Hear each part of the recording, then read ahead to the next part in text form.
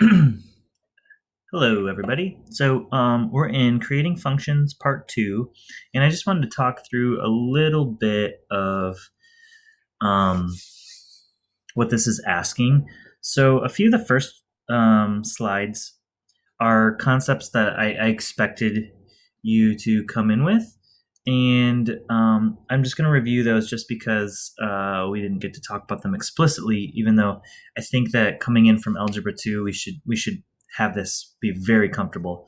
So, positive on one interval, negative on another. Drag the red points to a graph to graph a function that is positive on the interval negative infinity to 5. So positive.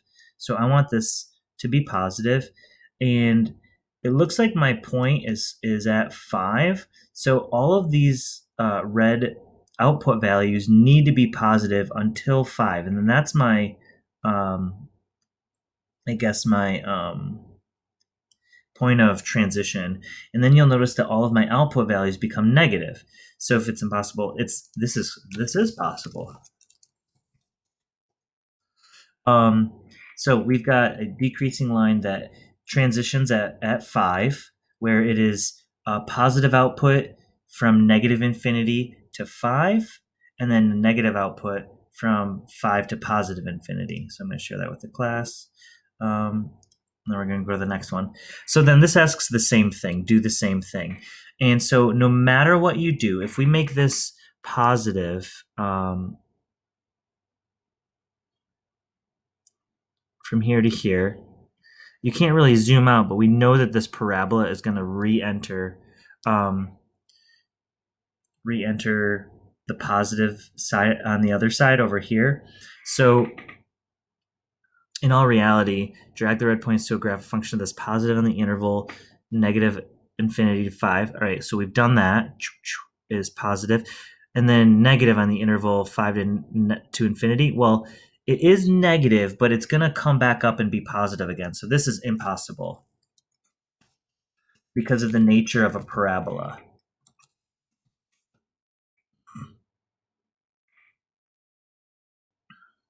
All right, drag the red points to graph a function that's increasing.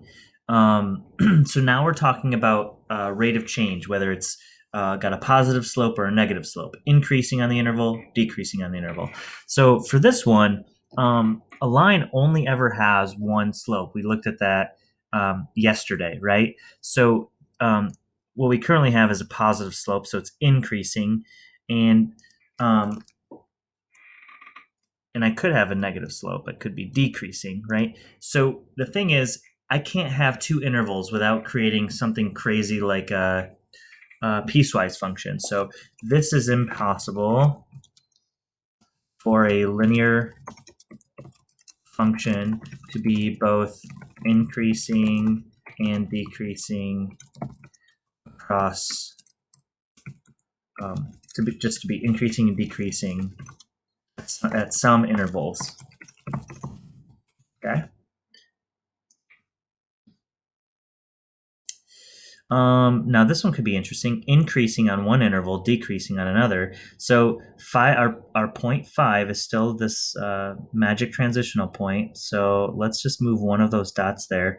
And then what we see is that from negative infinity to 5, it's decreasing, but we want it to be increasing. So let's put this guy down here. And so now I'm increasing up to 5, and then I'm decreasing from 5 to infinity. So that's possible. That is possible. Yay. All right, let's keep trucking along. Let's take a look at 6. What do you think? Casey thinks it should be possible to satisfy both sets of constraints with a single function. Positive on the interval, negative on the interval.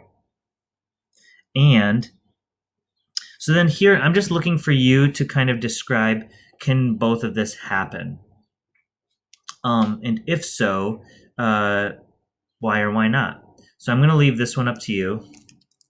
I'm not going to give an answer on this one. This one is up to you. So I'm going to leave that for you.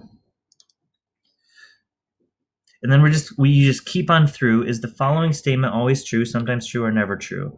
A graph that decreases on one interval. This is another really great one. So don't forget to read through, think about it, post about it. and then look at your peers. In rows 2, write two different functions that have this domain. 3 to infinity. Okay, so includes 3 but goes to infinity. There are so many choices. You could go linear.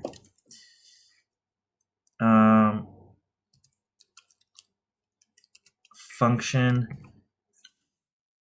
So that's one thing, is it has to be a function. In rows 1 and 2. Wow. Or my x value, I'm gonna do a square root function. That's the one that I think helps me best.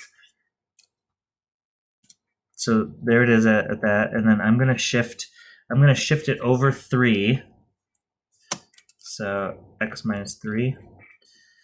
And I know this from exploring this in Algebra 2. So now I've got this function that has a domain that goes from 3 all the way to positive infinity. Okay, I did that. But if you're struggling to come up with something off the cuff, you'll notice that we've got a couple hints here. So there's one. So if I did g of x equals square root of 2x minus 6, you'll notice, hey, look, it's got the same domain, different function, same domain. And then let's look at this hint. All right, so then we've got another. This looks like a cubic, and then it limits the domain, so it's actually got a restriction on the domain, which is fine. You can do that with any function. So if let's say we graph that one instead of well, let's just do h of x.